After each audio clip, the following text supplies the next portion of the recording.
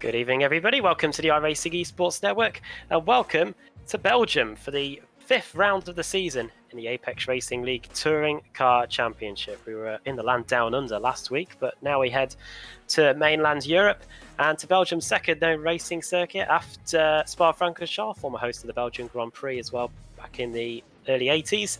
And we're set for 3 races coming up tonight, the first of which will be starting soon. We've got the qualifying session that's just got underway here to set the grid. And then, of course, race 2 and race 3 will be reverse grids. In the commentary box, we've got a bumper commentary box tonight. Alongside me, Adam Bath, is commentator on this series a couple of times, Sam Fitzpatrick. And we've also got George Morgan as well accompanying us tonight. We've also got Sam Kumo on the cameras as well. As always, going to have his work cut out trying to cover all of the action. And Sam Fitzpatrick, I'll bring you in first, mate. Welcome to Zolder, and welcome back to this series as well. And this circuit, it's going to be very tough to get some overtakes done around here, I think, because it is very, very tight, very narrow, and not too many overtaking spots here. Yeah, absolutely. I mean, we usually see lots of overtaking in these machines, but especially if we get a couple of large reverse grids, we could see some surprise winners, perhaps maybe some midfield drivers, some amateur drivers coming out on top.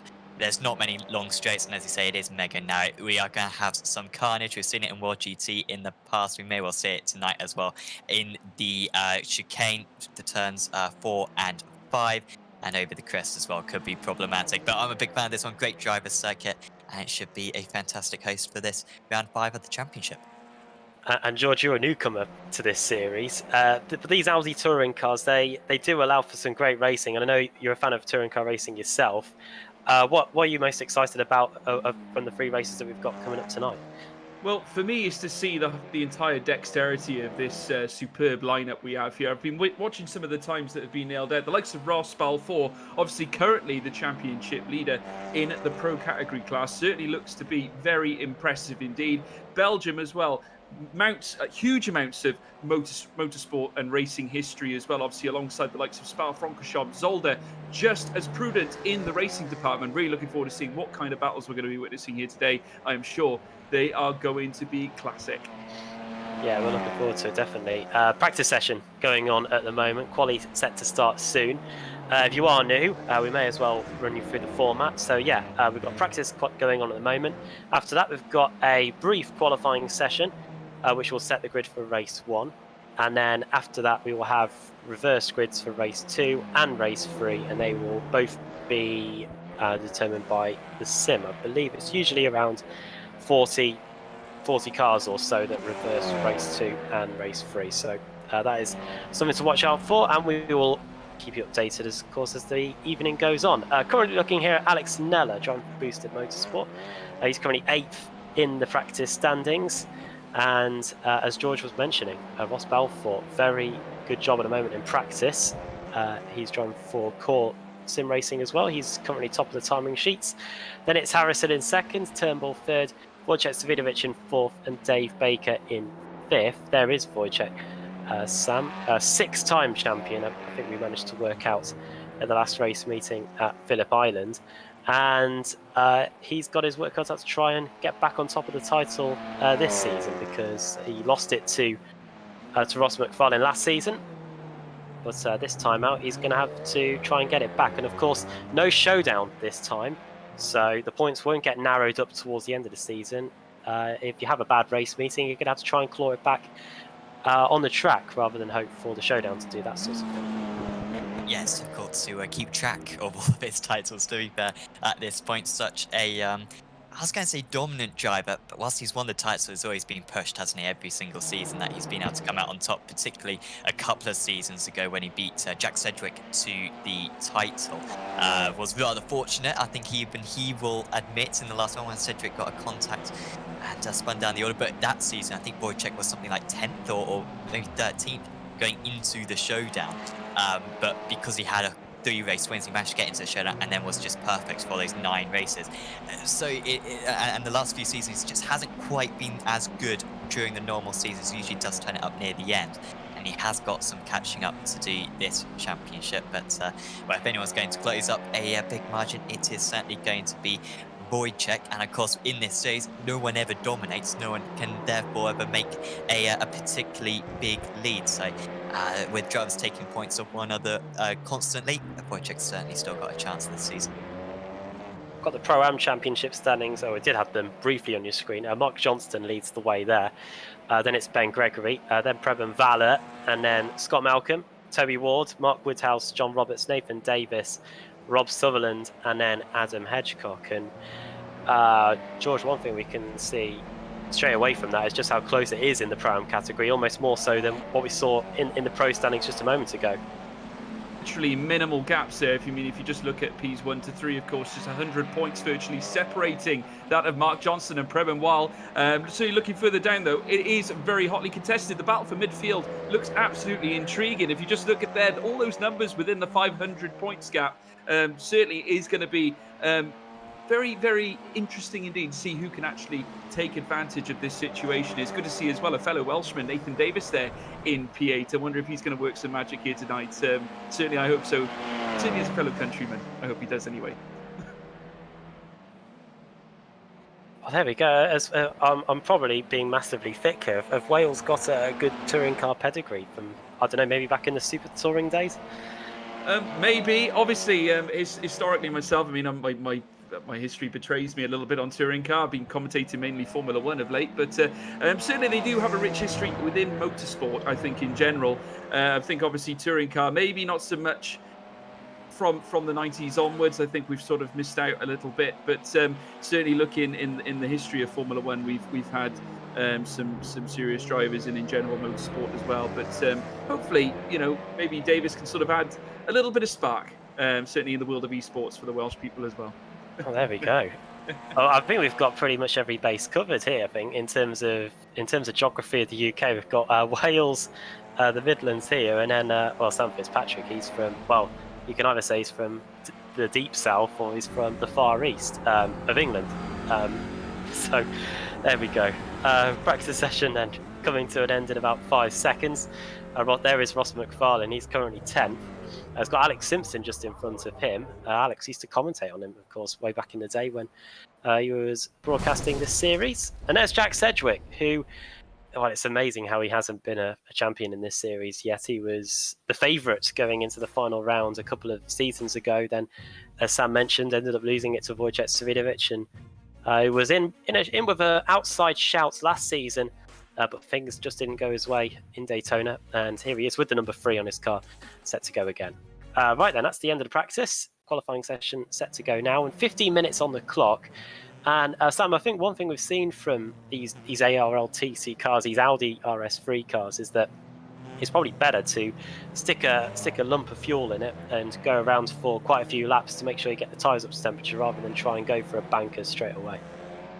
Yeah, I always have to kind of look at the drivers in the pits after the session is complete. Just make sure that no one's towed back to the pits and rejoin the circuit. Of course, that's something that the drivers aren't allowed to do. You can't just escape to the pits and come back on. And it's very rare that I actually see a driver come into the pits, refuel, take tyres, and go back out. They, as you say, they're almost always just out there plunging in the laps. The tyres won't go off too much. The tyres, the fuel will be decreasing, so the time should be getting better.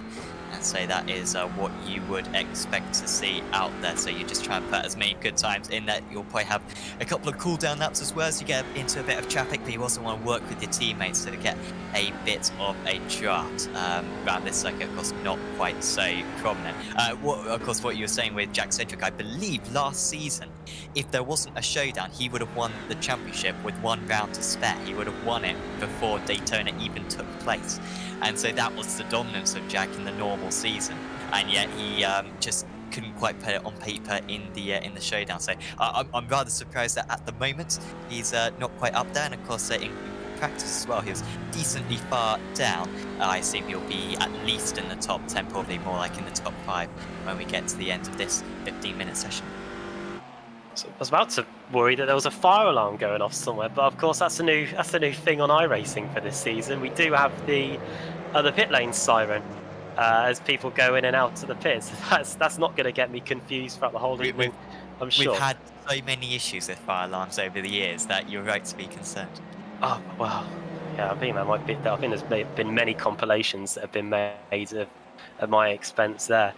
Qualifying session then underway. Here is Ross Balfour, then George. He's just coming through one of the first of the tricky chicanes, and I'd probably say that first one in qualifying is exceptionally difficult because it can make or break a lap, really, depending on how hard you hit those curves.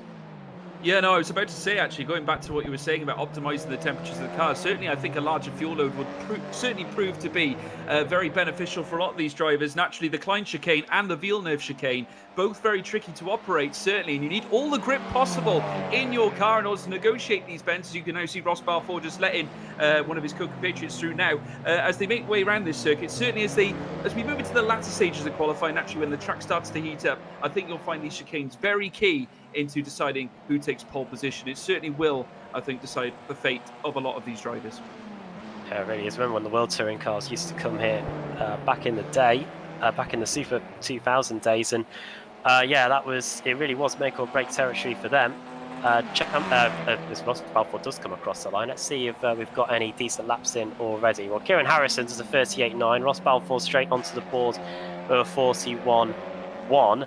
To put that into some sort of context, the fastest time in the practice session was a 37. Was not 37.6. It was a 37.5. So that is how far off that we need to get to. And I'm sure, Sam, once we get the first few laps under the belt in this qualifying session, we'll probably start to see times around that region. Yeah, I wonder if we could get maybe the weather up on screen as well, see if the track is maybe getting a little bit warmer or whether it's getting a bit cooler. Yeah, 11:20, so it is going to be getting warmer as race 1 progresses. Of course, we've also got a different time of day for race 2 and then in the late afternoon for race 3. But yeah, if that track temperature does increase to 23, 24 during this session, of course, so many drivers pounding around as well, that will increase the track temperature. So you could see the times struggling to kind of improve as the session goes on, but certainly the times that are currently being posted will be approved upon quite a few of the top drivers yet to put in a clean lap. Yeah, it is currently Harrison on the pole position at the moment. I mean, Dave Baker, I've just looked at the standings, actually. I mean, I didn't check on them earlier on, but Baker actually leading the championship at the moment. And for the one race I've broadcasted or commentated on so far this season, he got the customary 6th place. That's why he's got the number 6 on his car. I got 2 sixth places at Okayama circuit. And apart from that, he's just been mega consistent, and that's what puts him up at the front. I tend to think of David as potentially a championship contender, certainly a showdown qualifier. He's doing very well at the moment, and that lap is good enough for 2nd position as well, so looking good for him.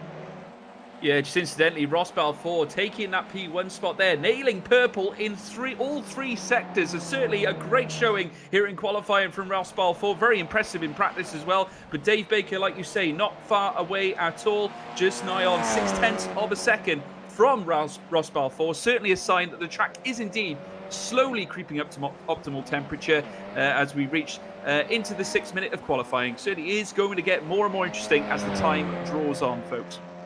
Yeah, and also one thing that we can also start to see, I know the session is only just over a third of the way through, but the Pro and the Pro-Am drivers, there isn't too much to separate them at the moment. The Pro drivers are the ones with the red band on the windscreen and on the timing tower as well. The Pro drivers are the ones with the blue, and Marcel Fritsch, what did I say? Did I say Pro twice? The AMs, they are the ones with blue on their car.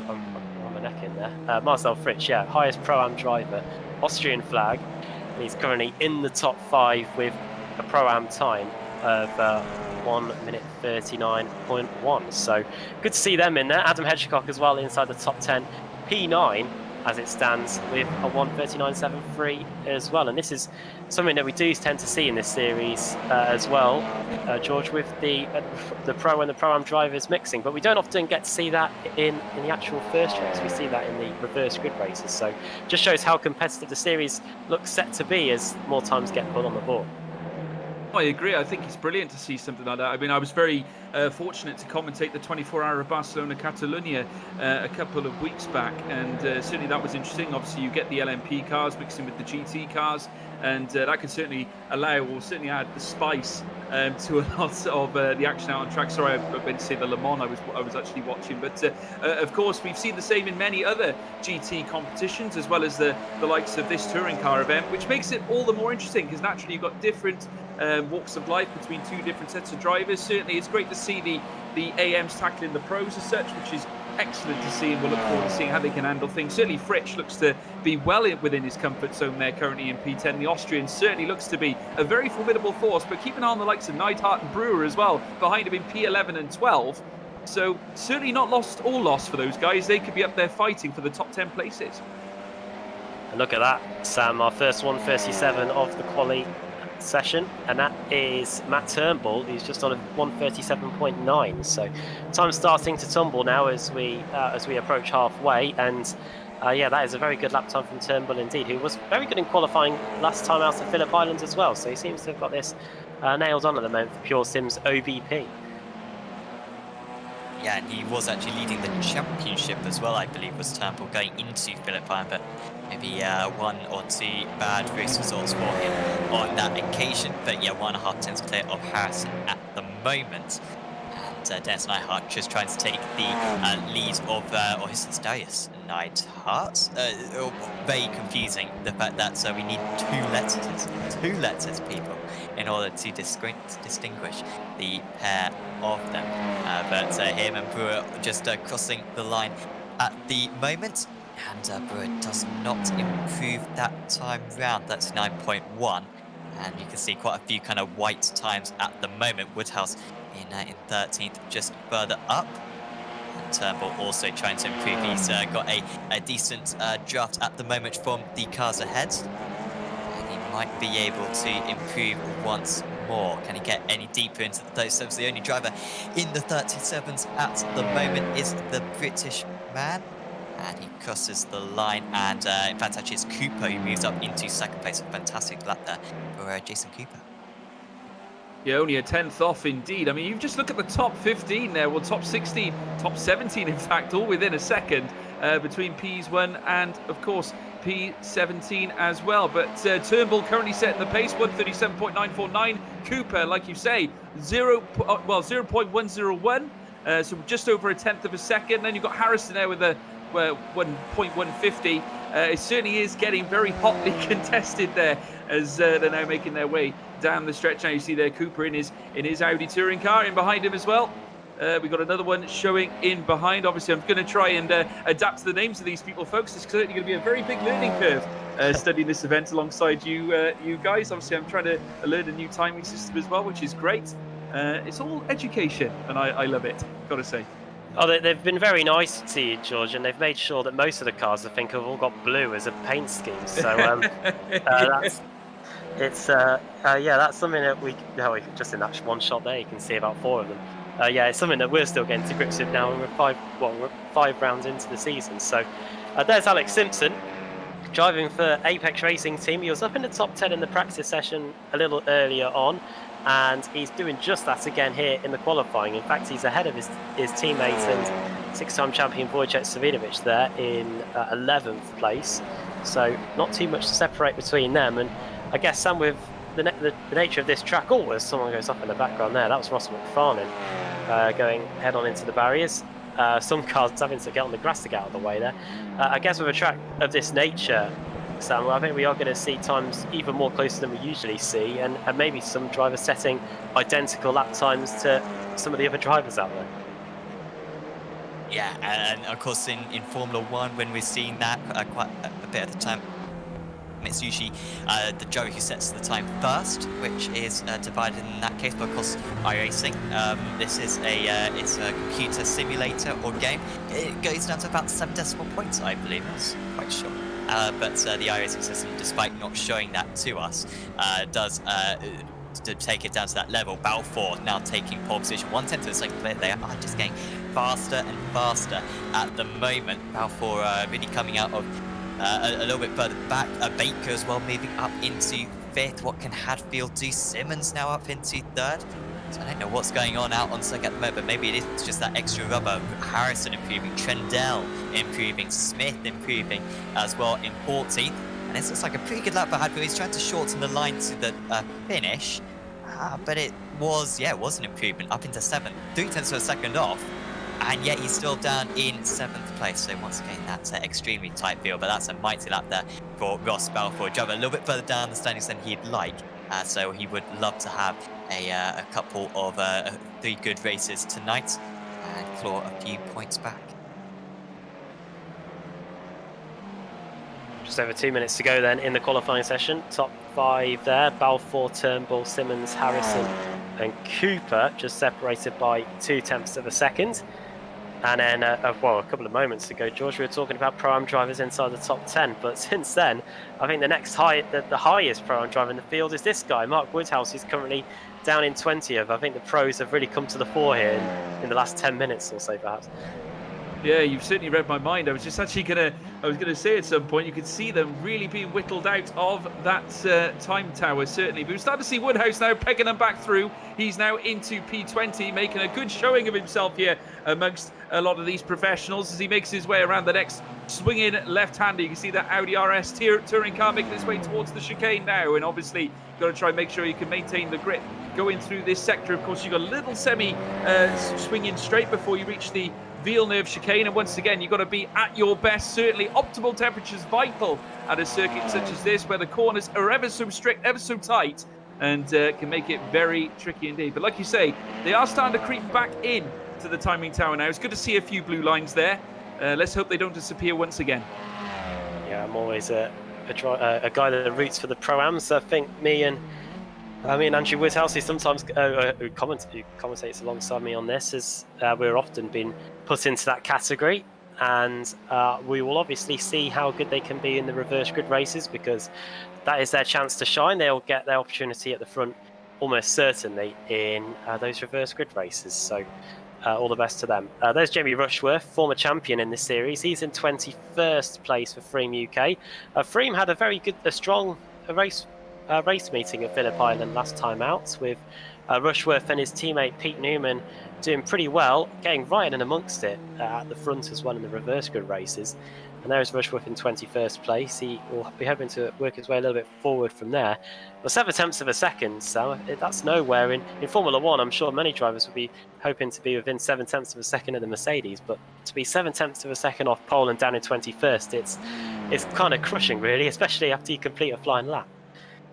Yeah, definitely, and that put you in second row of the grid most likely. But in this series, it's down on the 11th instead. The qualifying is finished then, so we are just gridding up then, of course, standing start for this series, gridding up for this opening 20-minute race. Yeah, that's one thing I don't think we actually have mentioned, is that all 3 races are 20 minutes in this series. And yeah, the starting grid is on your screen. So Ross Balfour on pole, Kieran Harrison for HM Engineering in 2nd, 3rd is Matty Turnbull, then it's George Simmons in 4th, 5th for Jason Cooper, then it's Dave Baker, Alex Simpson in 7th, then Adam Hadfield, Michael Evdoka and Simon Trendell completing the top 10 for Team Chimera. Wojciech Savinovic in 11th, then it's Ross McFarlane in 12th, 13th place Oscar Mangan for Corsim Racing, and then Jamie Wilson in 14th. Then it's Fraser Smith, Pete Newman, Jason Stethney, Alex Nella, then Craig Williams, Philip Johansson in 20th, then Jamie Rushworth, we were just mentioning him, in 21st, 22nd, Mark Woodhouse, the highest of the Pro-Am drivers, then Darius Neidhart, Marcel Fritsch, who was up in the top 10 in the quali standings early on, 25th is Marius Breuer, then Adrian Campfield, Adam Hedgecock, Ben Gregory, Simon Fields and Luke Kidsley completing the top 30. Then it's John Roberts, Scott Malcolm, Toby Ward for Free Spires Motorsports. Then Rob Sutherland, his teammate, there in 34th. Baron Glover in 35th. Then Joachim Gulbranson in 36th place. 37th for Austin Foster. Then Damian Harris, Dennis Neidhart. And then these are the cars that didn't set times, of course. Jack Sedgwick, Jake Blackhall, Norbert Leitner, Ricard Carlson. Then Mark Johnston. There's the Welshman, Nathan Davis, in 45th place. He'll be targeting a reverse grid pole, potentially from there. Then Mads Borger, and bringing up the back, it is a Belgian. It is Pierre-Yves de Sauternes. Right on time, here come the lights. the lights are off and the race is on here in Zolder. That's a good start as Balfour gets away well and is able to manage to beat Kieran Harrison, who's under pressure from Matt Turnbull here going into the first corner. It's going to be Balfour that leads, but watch out for the HM Engineering car. He's coming straight back at Matty Turnbull, and he might be up the inside into turn 2. The fantastic scrap for second place in the early stages, and it looks like for the most part we've got through the first corners, thankfully, without too much contact. But look at this fantastic scrap going on for second place. Harrison, he does not want to give up, and he goes up the inside on Matthew Turnbull and takes that second place back. Brilliant racing between these two in the early stages, George. Whoa! It certainly is. A little bit of a tussle and bustle there between Kieran Harrison and Matthew Turnbull as they come down towards the first chicane here. As you can now see, it's going to be Kieran Harrison who nets the front here. Matthew Turnbull forced to sort of subcede that position there to Kieran Harrison, and behind Jason Cooper, being chased by George Simmons, who is just tightly contested. That's certainly that P5 position. We've indeed got a little bit of an issue going through the track, and it looks like there's a mass crash going through the field. I think that must be Gregory and Blackwell, not to mention Glover, all cruising at the back. I'm not quite sure what happened there, but it certainly seems like drama, guys. Yeah, Marius Brewer, it looks like in a .exe esports car involved as well, so problems for them in the early going. And here is Jason Cooper then in P4, one of the few drivers to gain a spot on the first lap. Of course, we saw that scrap between Harrison and Turnbull, but Harrison, who started second, was able to hold on to it after a fierce scrap through the opening sector. But Jason Cooper there, Sam, up one place into P4, getting past George Simmons, who knows his car pretty well, having done a bit of coaching in it in the Apex Racing Academy. But right now he's trying to get that place back as we come over the line to complete just the first lap. Yeah, that was such an important move, wasn't it, from Harrison to be able to stay ahead of Turnbull. It's going to be tricky to overtake around this circuit, so any track position you got in the early stages is going to help you out. Dave Baker in 6th place. He's trying to get past George Simmons. So Simmons, rather than looking ahead, he's actually looking behind at the moment at Baker. These two very experienced drivers in this series, so you doubt they are going to make any contacts, and Baker just having to stay behind at the moment. Some massive gains for some of the drivers further down. I mean, Nathan Davies up 13 places, Johnston up 14, Neidhart and Jack Sedgwick as well, who I don't think we've mentioned so far. Started down in 40th place, did Jack Sedgwick, but up 12 places already to 28th, managed to get through all of that mess. He's one of the championship contenders. But yeah, staying equal, Brianson, Breuer, Glover, Nella seems to be out of it already, and then Gregory and a couple of others have all lost up massively from that opening lap wreck.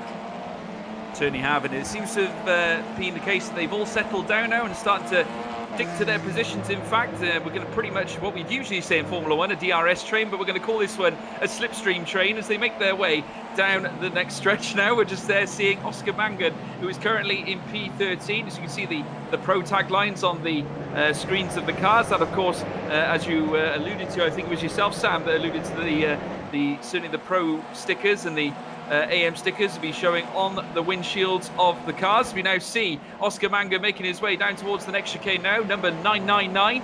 Hopefully that won't be for emergency services here today as he makes his way down the straight. And indeed, currently maintaining a 3.8 gap, a 0.38 gap in behind. As we're now seeing a little bit more hustle and bustle. Adrian Campfield currently in P19, making his way down behind Rushworth there, who's in 18th.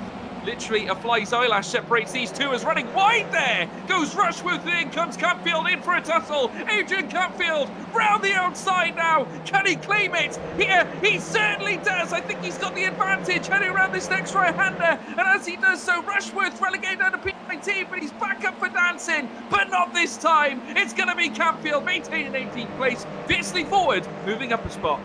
Oh yeah, they're moving forward, aren't they? And yeah, that's fiercely forward up 8 places with Adrian Campfield. Fantastic start to the race for him, and yeah, I think he's now in the top Pro-Am position at the moment. It's looking a little bit further back then. Here is Jack Sedgwick. Now, he was one of the cars that didn't set a time in qualifying, probably for various reasons, most likely due to a penalty picked up at a previous race meeting. And here he is already at 12 places. He's gained a dozen places in 2 laps, and he's trying to make that more. Oh, he's on the inside. Is there a space? No, there isn't. Slightest nudge on Neidhart there, and I think that's going to cause a little bit of a bottleneck. Somehow he's managed to not get by him, and who's that on the inside? Well, that was Mark Johnston for Hesketh Racing, Nathan Davis' teammate, and Jack Sedgwick. He'll be wanting that position back, and he's looking up the inside into the hairpin. Just enough space given by Johnston. He's still on our inside. You bet he is, and there he is. And Cedric remains at P28. Sam. Yeah, that was unfortunate there for Cedric. Hasn't made a whole lot of progress since that fantastic start he had when he gained all those places from the instant just ahead of him in the first few corners. And that is just holding him up at the moment. For the second race, we are going to get a 30-car reverse grid. So as long as Cedric's within the top 30, I kind of feel as though he's going to be a massive favourite for race 2. I'm not seeing anyone who around him who is really going to be able to fight him on that one. So Cedric, whilst he will want to get into the top 20, the lower down he finishes, the higher he'll start for race 2. So that might play in his mind as well. He will know there's no point in picking up another pit lane start for next week. Pete Newman, really slow. I don't believe how he would have picked up a slowdown there. Maybe turn 1 he's picked up a slowdown. That was all very strange for him. Down to 17th place now is Newman. He started this lap up in 12th, so that's a few places lost right there for the Freem UK driver. Oh, sorry. Not an ideal day there. Not an ideal day at the office indeed. He has indeed dropped down to P17, so we'll have to see how things go for Pete Newman. Just looking, it seems to be my timer screen's having a bit of a jostle around at the moment as we're starting to see drivers filter about. Certainly seems to be flickering between Ross Balfour and Kieran Harrison. I'm sure hopefully there's no dramas at the front end as we're now seeing Balfour coming up towards the next chicane indeed. In behind him, Harrison very closely contested there in P2 position. In behind him, Turnbull, who's also trying to make the most of this situation. These three seem to be springing away with a 2.6 second gap as they then make their way down towards the next left-hander. And indeed, it's going to be Matthew Turnbull there in P3 trying to gun down that of Kieran Harrison. Ross Balfour still in P1, literally separated this bunch by around about 7/10 of a second, which is really going to stir the pot here as they round this next right-hander here at Zolder, guys.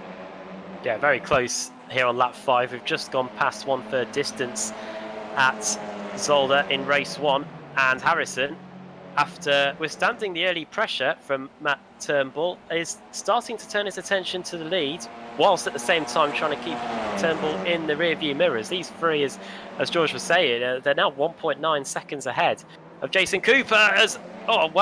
Ross Balfour, I thought that was going to be a mighty issue for going through the first chicane, but somehow he's been able to keep a hold of his lead. He is going to have to go on a defensive though into the second chicane. You can see how unstable these cars are. They take a lot of inside curb there. Is that something they can get away with, Sam, at this circuit?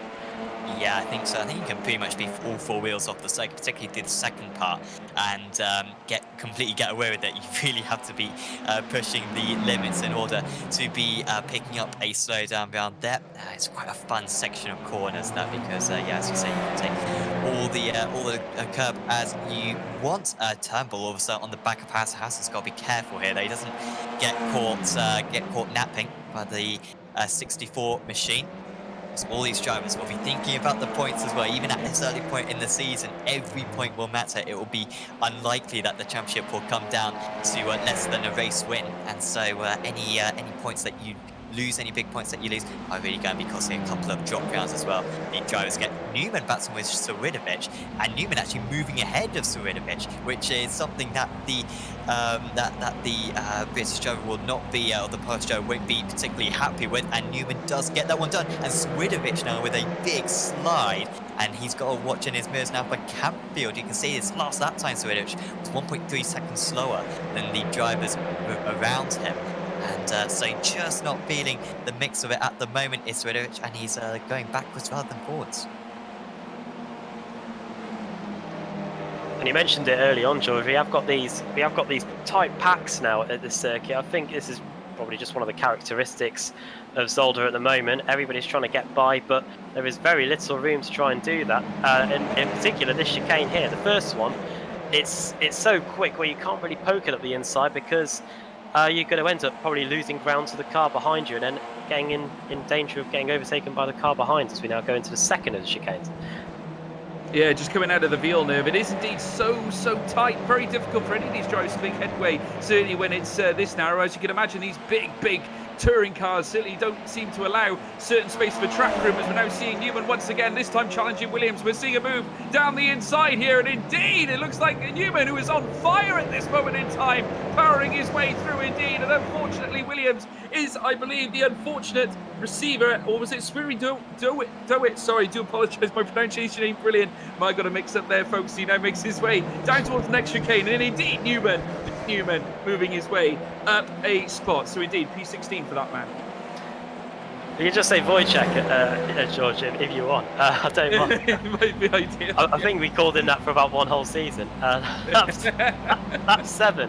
Here comes the man from Poland. He resides in Ireland now, I believe. And he's won many titles in this series as Wojciech Swidovic. And here comes the fiercely forward car then of Adrian Campfield, who we saw in a scrap earlier. He's now trying to get by one of the winningest drivers, or most certainly the winningest driver in the ARLTC. The Audi RS3 of Wojciech Swidovic does have his work cut out here as we are just gone past half race distance, lap 7 of 13. Is he going to go for a lunge up the inside into the chicane? Well, he certainly does have a look. And Jamie Rushworth, who we focused on during the qualifying show, is also in the mix there too, as he hops over the second of the curbs at the first chicane. Just behind him, you've got Darius Neidhart and Philip Johansson from Sweden, driving for Hell Racers. He's lost one place since we got going, but Neidhart in front for DOS EXE. He's managed to gain quite a few places in the first half of the race, and he'll be hoping to gain some more. And, just a reminder, as Sam Fitzpatrick mentioned to you, it is 30 plus cars reversed for race 2. Sam, do you have the definite number? I can only just see the number 3. It is 30. I don't know why I can see the 0 and you can't, but it is 30, or it's 300, and maybe I'm missing another 0 beyond that one. But yeah, that is all the drivers that will get reversed. So currently pole position would be Norbert Leitner, and when you're 31st, you go for the lunge. You've got to go for the lunge if you're 31st, with the chance of 30th, because it would be such an advantageous, even if you do get a penalty, you would still get that pole position. I'm not advocating that by any means, but when you do the math, it can often work out, albeit pole position can often be a curse rather than a merit. Leitner not taking pole position anymore because he's been able to move up into 29th. Scott Malcolm, the loser out from that, and now Malcolm's going to lose another place to Nathan Davies, who's up 15 places now. Is Davies one of the highest gainers out there? In fact, amazing Mark Johnston is up 16 as a higher gainer. And so the Welsh driver currently on reverse grid pole, so got plenty of laps to go, plenty of opportunities for the drivers ahead to potentially retire, and that would make all of these guys up a couple of places. Yeah, the Dragon certainly on the front of Nathan Davis's bonnet, looking menacing here for Hesketh Racing as they make their way down the stretch. And indeed, a battle once again resumes with Mark Johnston now, who's under convincing pressure from Leitner, who moves down the inside, tackles him at the chicane. A little bit of ankle bashing brings Nathan Davis into it, who I think has actually come a cropper as Johnston, in fact. I wasn't sure. It looked like he might have come off the track, but I think he's okay. Coming around this next right-hander, he is in 32nd place. But like we said before, the track is so narrow. Battles make it extremely difficult on this track. Well, yeah, with one demise for one Hesketh Racing car, and then now Nathan Davis has managed to fill in the void. And there he is now, right behind Norbert Leitner. Yeah, it was the slightest touch between the two at the chicane, and Paul Mark Johnston, he had to regain his bearings and go again. He's now in P32, so just outside the reverse grid window, and he's trying to get some of those places back. He's going to try and start doing that by getting by Damien Harris, who is in front of him. He in turn is having a look at Scott Malcolm there going into the first corner, but no such way through. So time starting to run out now as we are now on lap 9 of 13, getting close to 3/4 distance here in the first race of the day. Don't forget we've got 2 more to come after this, where reverse grids will come into the equation. I wonder if we might see a bit more overtaking there. There's been a problem for Adam Hadfield. Yeah, you're right, as we look at this scrap going on. Hadfield, who was running up inside the top 7, has now dropped down to P10. But look at this, 3 wide. This is surely not going to end well. It's all going to be about latest on the brakes. Scott Malcolm's engulfed. Contacts made between the fiercely forward car. Off goes Damien Harris. Fortunately, I don't think he's going to get stuck in the gravel, but his chances of being in the reverse grid window, George, they're well and truly over surely now. Yeah, fiercely backwards down to P34. Not ideal at all for that man, as we now see Alex Simpson there in P7 trying to chase down Baker, who is just ahead of him there. As we're now watching these, McFarlane there just in behind as well. Just look at the smoke littering this circuit right now as they come towards the next chicane. And indeed, it is still Hadfield in P10. Trendle there in P11 as well. Just look off the rear wheel. That car had a blowout there, making its way down the stretch. This does not look healthy as we're now looking in behind. Trendle looking to make a move here. The P11 car, Simon Trendle down the inside. It is easy pickings here on the back of certainly Hadfield there. Adam Hadfield has had a blowout, and that is certainly not ideal. That car looks in bad shape. Well, I guess it would be bad to make a joke about emissions at a time like this, Sam. But the Audi does not look particularly healthy there as Hadfield continues to drop down the order, getting passed by Avdoka now. Absolutely not. I don't know if his legs are running underneath that car at the moment, propelling it, because I don't think the engine is doing a whole lot of good. Of course, Hadfield will be getting a meatball at the moment. He'll be told, come into the pits, get your damage fixed. But Hadfield knows that if he can stay out until he gets disqualified, well, then he might only finish one lap down, and if he finishes only one lap down, then he will still score points. That's the rules for the championship, so expect him to continue for as long as possible until he does get disqualified by the iRacing sim, or that engine properly gives up and he loses all propulsion, or maybe his legs give out as well. He just seems to be losing more and more pace. And shooting for Hadfield, that's probably an early downshift or maybe something else. We've reverted back to the old damage model a couple of meetings ago, and so we're not totally familiar with this issue. As actually he's going slow and slow. I'm not sure if he's just letting guys past, or whether he really is losing some stamina now, but that looks like it's going to be a second pop, and Hadfield will not be scoring any points. Well, yeah, even if he gets the line, he will not be scoring any points. Well, I think if you hear that sound go, George, I think you definitely know that your time is up. And unfortunately for Hadfield, he's just a couple of meters away from the pits, but I don't even think the pit crew would have been able to save that car after that explosion, I think. No, with 2 laps left to go, you couldn't get something more cruel, but indeed that second blast proved pretty academic that he was going to be out of this race. Very unfortunate there for Hadfield, who's now got to bow out of this race. But there's the man who's in front, Ross Balfour, currently leading the way, certainly leading the way after his impressive show in practice. And it certainly seemed to set in a trend here. In behind him, Kieran Harrison has not left his side, is still in P2. In behind him is Matthew Turnbull. These three have pretty much led the entire way. And I got to say, got a huge testament to their quality indeed as they now make their way down towards the straight. Very soon they'll be tackling what will be this next right-hander. And indeed, a very sharp one indeed. You've got to try and make sure that you try and nestle yourself into that apex as best as you can, making your way out the semi-chicane now towards this next stretch here again before you take the final chicane before the home stretch or the start-finish line. And indeed, Balfour is leading the way. Kieran Harrison in P2, approximately just under a second in behind that of Balfour. Turnbull there with 1 second away from Kieran Harrison, as we're now watching these three bomb down the stretch. They have got the next left-hander to come. Only a couple of laps remaining, guys. 2 to go then, and Ross Balfour's not too far away from Gulbranson, or I would say that he's about 30 seconds away, so I don't think he's going to end up lapping the Free Spice, not Free Spice Motorsports car, is it? It's one of the TC Motorsports cars, I should say. There we are. There's John Roberts and Gulbranson. They are just coming into the second chicane at the moment. But the leaders, as you can see on the track map, they're just on their way into the first of the chicane. So I think they will be able to start the final lap of the race, Gulbranson and Roberts. But in terms of their reverse grid hopes, I think they will have to wait until race 2 rather than the end of race 1 here. 1.5 laps to go then. Ross Balfour has a 8 tenths of a second advantage over Kieran Harrison. It's then half a second back, and it's been Alex Simpson's off. Oh no! Well, he was running in the top 10. And if he can get going, hopefully he can get going. Oh, no, that's reverse, Alex. If he can get going into first gear, he should still be able to stay within the top 30 at least. There's a big train going by. And I think after all that, he's going to be in P25. But disaster in terms of getting points on the board. Yeah, well, Alex has one of these cars. So that's almost a photocopy of a Tuesday morning for Alex, heading off to work and getting into the gravel trap. Not sure what the reversing was about, but 25th place, that will be 6th place on the grid. Of course, for the reverse grid, so potentially not too bad for him. Dennis Neidhart going against his own brother or family relative. Not quite sure. We always get these things wrong, but he is ahead, the pro driver ahead of the amateur driver. And he'll certainly be getting a message from his mum saying how proud she is later on. He's up in 20th place.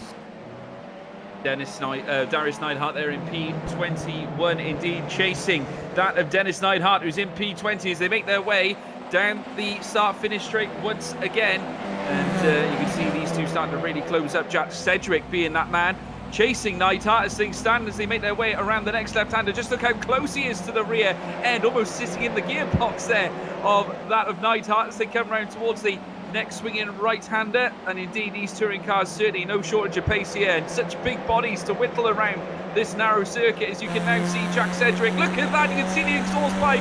Let's objective indeed as they make their way, or life's objective, coming around the next right-hander, and indeed he's run away through. Jack Sedgwick on the outset, carrying a lot of speed, a little bit of ankle tapping, and that will not be allowed, says Neidhart. Comes round the next left-hander, and indeed can Jack Sedgwick fight back again into the chicane, and indeed Marcel Fritsch making his way up in a P22. He's been whittling his way through this grid himself, trying to close the gap there on what seems to be Neidhart as well. Half a second in between those two. The two Neidharts fighting. Sedgwick has had to sacrifice that P22nd spot because Fish had stabbed him in the dark. And here comes Ross Balfour through the final corner. And it's going to be a lights to flag victory for the Course in Racing driver. He flashes the lights in delight, and he takes the checkered flag to win the opening race of the day here in the Apex Racing League Touring Car Championship. Second for Kieran Harrison. Matthew Turnbull's going to finish in P3, but what about this? The fight for 13th and 12th is on the line. It's going to be Williams, is it? Or is the Team Chimera car of Wilson going to beat all of them? It's going to be a drag race to the line, and it's going to be the Apex Racing team car, surely, that has it. Wojciech Sirinovic in 12th. 13th for 13th for Williams and 14th for Wilson as the intervals went mad there. Over the line, Darius Neidhart 21st, just ahead of Marcel Fritsch, and the rest of the field coming across the line now. Alex Simpson in the end, P25 after that contact at the first chicane, and in the end, I think the car in 30th is going to be Scott Malcolm, and problems for Jason Stenny near the end there. Sam, I think he's just come into the pits. I don't know why you would do that, to be honest. You'd think you want the fastest way. I don't think Staney was in the reverse grid places, but if he was, then that's quite a blunder from him. A couple of the boosted drivers near one another, Hedgecock and Roberts, they were involved in the early lap. De Soit, I think, started right from the back, and he's trying to gain a place, but it's going to be Roberts who just pulls ahead. Hedgecock is under a little bit of pressure as well to the line, but that is the way that they'll finish 39th. 40th and 41st. De Soit by the end of that one gaining the 6th place, but yeah, Hedgecock down 12, which will be a shame for him as we advance over to race 2, and we should be able to go through your race 1 results. Indeed we can. Let's get those up on the screen then. Ross Balfour wins by just under a second. Matthew Turnbull finishing in P3, completing the podium. There's Jason Cooper, George Simmons, Dave Baker. It is customary 6th place as well, Sam. You need to turn up more often. I think that's now free, I think, for you. Then Ross McFarlane, Oscar Mangan in P8, 9th for Michael Evdoka, and Simon Trendle completing the top 10 there. And then it's Fraser Smith in 11th, Wojciech Sirinovic 12th, Craig Williams in 13th, Jamie Wilson 14th, 15th Rushworth, and then the highest Pro-Am driver was Adrian Campfield. We saw some of his close battles in the early going with Newman 17th and Johansson in P18. So that's how the top 1.5 dozen finished. Then it's Mark Woodhouse, Dennis Neidhart, Darius Neidhart in 21st, then Marcel Fritsch, Jack Sedgwick, Simon Fields, then Alex Simpson, Norbert Leitner there in 26th. Then the 3 Hesketh Racing cars, Luke Kidsley, Nathan Davis and Mark Johnston. Then Scott Malcolm making it in to the reverse grid pole just at the end there. So it's going to be the Team Mad car on the pole. Ben Gregory 31st, then Mads Borger, Austin Foster, Ricard Carlson, then Marius Breuer, then Baron Glover, Toby Ward, Adam Hedgecock, John Roberts. There's the Belgian, Pays de Suerte, gaining quite a couple of places to finish in the top 40 in the end. Then Joachim Gorbranson, Jason Stehny, the last car on the lead lap, and then Damien Harris a lap down, Adam Hadfield with that blown engine with a couple of laps to go, and then Jake Blackall, the Aussie, not having the best start to the evening. Neither did Rob Sutherland or Alex Neller. They were probably a couple of cars that we saw around the first chicane on the opening lap. Well, George, your first taste of the ARLTC, how did you find that first race? I got to say, that was absolutely heroic. I got to say, some of these drivers really give in their all in a race like this. And I got to say, it's great because obviously touring car offers that little bit more, I would say, aggression that you seldom see in single-seaters, certainly with open-wheel cars. So it's great to see them really tussling and bustling around for spots on the circuit the way they have done. And certainly some very decent, fair racing as well. We were treated to some exquisite battles. Very impressed with the likes of Ross Balfour from the off. Obviously, we're looking forward to seeing what he can do, obviously, in a reverse grid situation. It's going to be interesting to certainly see that. But I've got to say, we'll see how these drivers line up now and how they can cope with race 2, because Malcolm is on top spot. This should be interesting. Scott Malcolm and Mark Johnston is a very tasty front row, so I reckon we could be in for a good one here. Not too long to go before we get going. I think we have got everybody gridded up now. It's a 3-minute gridding time, is it? No, I think it might be 4 minutes actually. So just waiting for a few more cars to get into position, and now they are in position, and we're going to have the 5 red lights come on once again.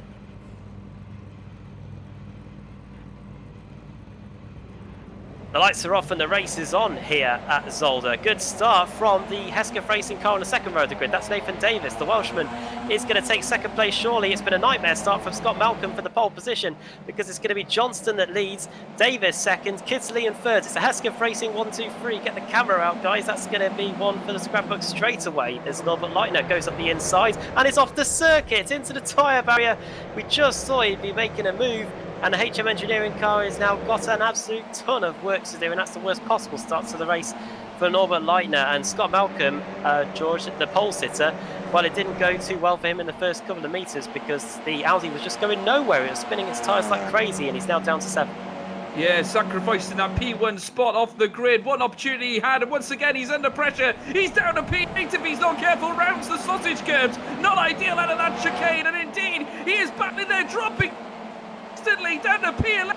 I'm not sure whether he has a problem because he's got cars literally filtering past him by Roman Johansson, Woodhouse, all going past this man. And indeed, as they round the next chicane, he's getting bullied on the track. As here comes Williams, indeed coming through out of the what was the chicane, wheeling himself round, and indeed a great battle there between the likes of Williams and Campfield as they come round towards once again the next couple of bends, and indeed it's going to be Campfield trying to hold on here. Can he do it? Williams is bullying him all across the circuit. These two have given us a fight for the ages here on the outside as they make their way through the semi-chicane very shortly, tackling this long stretch over the start-finish line. And indeed Campfield in P15, he's got certainly what seems to be that man Wojciech in P14 again, more puzzling and bustling, and Neidhart, I think that's Neidhart, has actually suffered a bit of a heavy defeat there.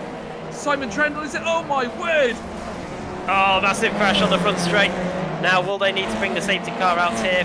I hope everybody avoids them, and that is an absolute mess for, oh my word, careful with the regional guys. That's both Freem cars out of the race, Rushworth and Newman.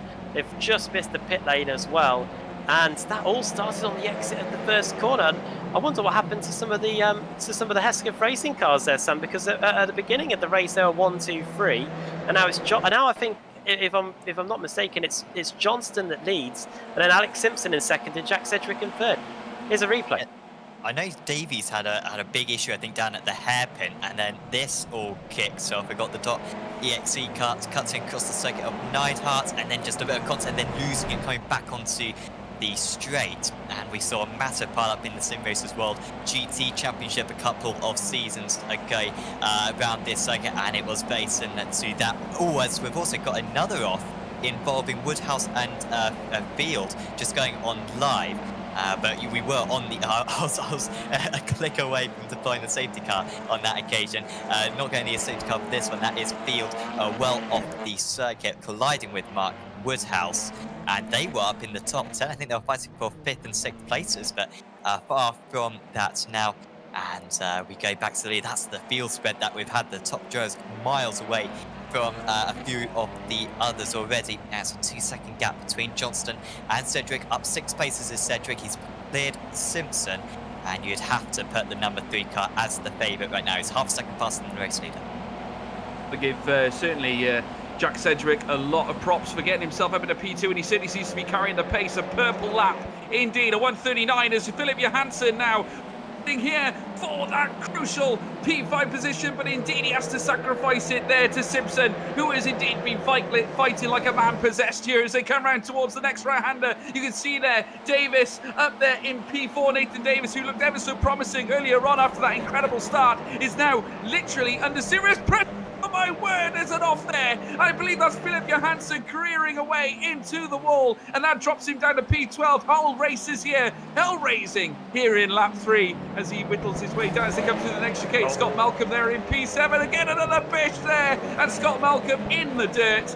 Absolutely crazy racing here in race 2. We've seen lots of battling, lots of incidents, guys. It has been a tasty one. Oh, wow. Well, Scott Malcolm, he might end up back on reverse grid pole at this rate, at the rate that he's tumbling down the field, unfortunately. That's a massive shame for Scott. And now I think he is down in 33rd place. But here is Oscar Mangan then. He's back up in P9 again. He was in the top 10 in race 1. And now here he is up 14 places to be back in pretty much where he was in the opening race of the day. So good, useful points here for the course in racing driver. And at the front, Johnston is now starting to come under pressure from Sedgwick, and Kidsley and Davis have also got Alex Simpson for company as well. So plenty of nice scraps already underway in the first few positions. Lap 4 now at 13, fastest lap of the race from Sedgwick, who was the best part of 1.1 seconds quicker in Johnston on that last lap. So I think he senses an opportunity of maybe closing in and having a battle for the lead, but that Hesketh racing car is going to be very difficult to pass as Mangan kicks up the dirt there on the exit of the first corner, Sam, as Trendell understeers wide just a little bit going through turn 2. 27 cars reversed for the final, by the way. So that's the magic number for some of the drivers. I currently put Desoit on pole position, although he's just been overtaken by Ev Dotka a little bit further down, so that's a tightly contested position. The drivers will know this is a new rule for this season. Oh, that's a massive slide for Davies, who's going to be overtaken again by Simpson. He did so well to lose that place to Simpson on the opening lap, but then managed to get past with some good pace, Davies. And he was a Joe who had a chance of winning this race. I think he's got similar pace to Mark Johnston out in the lead, and just hasn't been able to put it on paper. A couple of mistakes, perhaps the first one was contact. That one looked like it was all down to him, and the 73 car down to 8th place. Now behind Simon Trendell. He's having awesome races. Trendell up 14 places so far.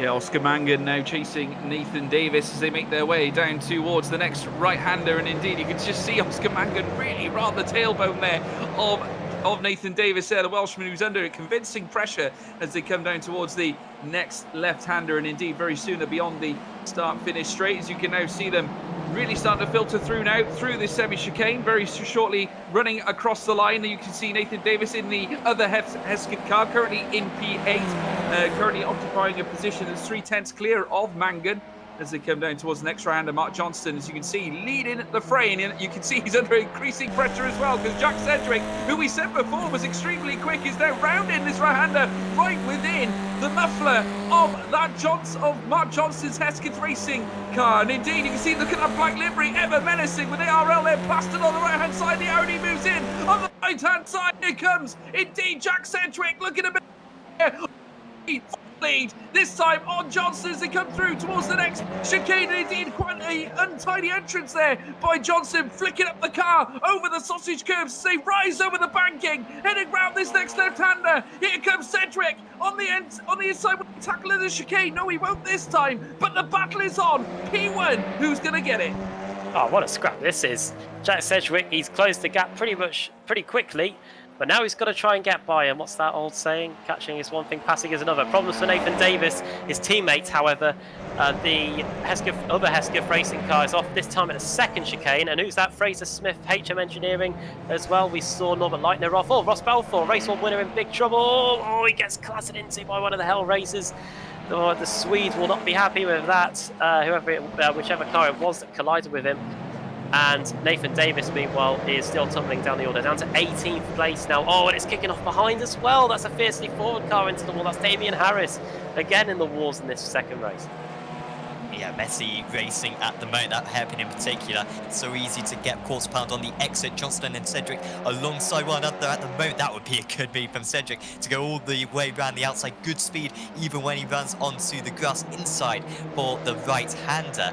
We've seen the outside line work very well so far. Opens up this second part of the corner nicely, turn 3, and then into 4. Still the NX driver though with the advantage. Down the inside goes Jack Cedric. It took him a few laps to do it, but he is finally ahead. Johnston will try to repel here. The outside line is almost impossible at this point. It's so narrow, the inside drag can't just shove you off. But Johnston is going round the outside, and he does it on the car against him. And that is superb there from Mark Johnston to retake the lead at the moment. But here comes Cedric back again down the inside. Hasn't quite happened for him, but the Hesketh driver, that is one of the moves of the season. To go around the outside at the chicane is a lot easier said than done. And mass bravery there from Mark Johnston to tackle Jack Cedric, who has certainly looked like the most menacing of the two here today. But I got to say, that was sterling from Mark Johnston. Deserves every bit of credit. As you can see them, look at them, nose to tail, coming round towards the next chicane. And indeed, as they whittle their way down towards what will be the final chicane before the start-finish straight, you can see Jack Cedric is not done yet. As he moves in, has a little look down the inside. Will he make a move here on the final semi-chicane? No, not this time. Mark Johnston beating him off with a stick here as they come down towards the line once again. They've got lap 7 of 13. We've still got plenty left to go. There's a battle in behind as well. Looks Simpson and Kinsley are going at it.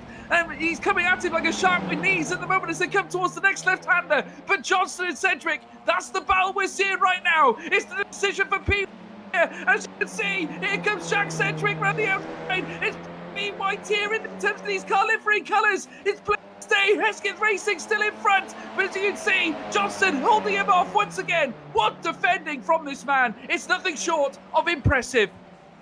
And I've got to say, Sam, I think a circuit like this, like Zolder, you've really got to have the elements of surprise to get a move done here. And Johnston, so far, I know we've still got just over half the race to go, is positioning his car right where it needs to be every single time.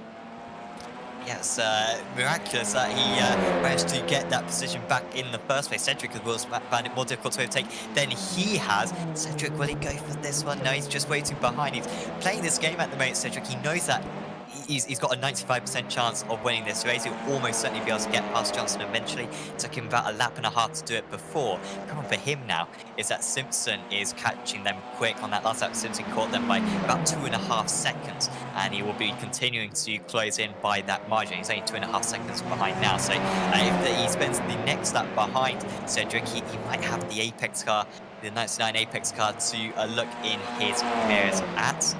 And Johnston starting to kind of learn where Cedric is going to overtake. It does become harder and harder as these laps go round. Turn 1 will probably be the best opportunity for Cedric. This is pretty much where he got it done last time. He went to the outside, got the inside for the next couple of corners. And he's going to try to do the same thing. Outside line, much more pace being carried by the NX machine.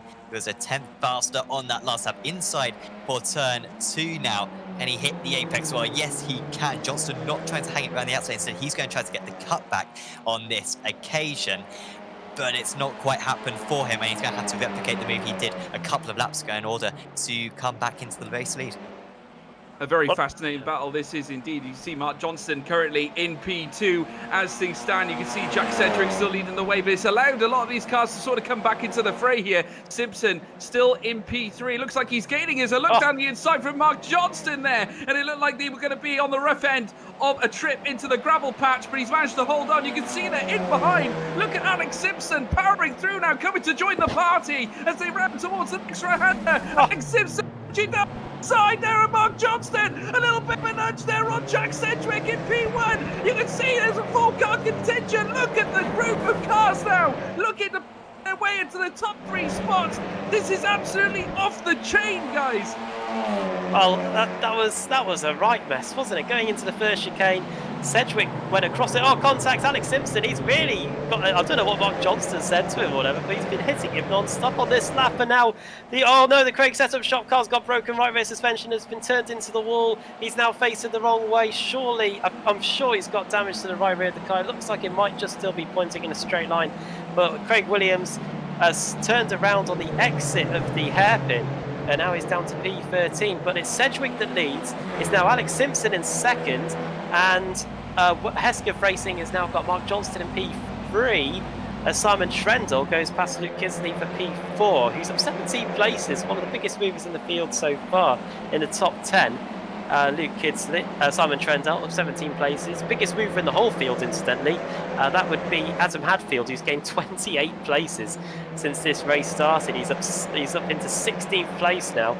He's just ahead of Ben Gregory, but yeah, that battle for the lead, it all kicked off in that middle sector, and that gap that Adam had, that Jack Sedgwick and Mark Johnson had at the front was completely wiped out, and now it's just a second between Sedgwick and Simpson at the front of the pack. So.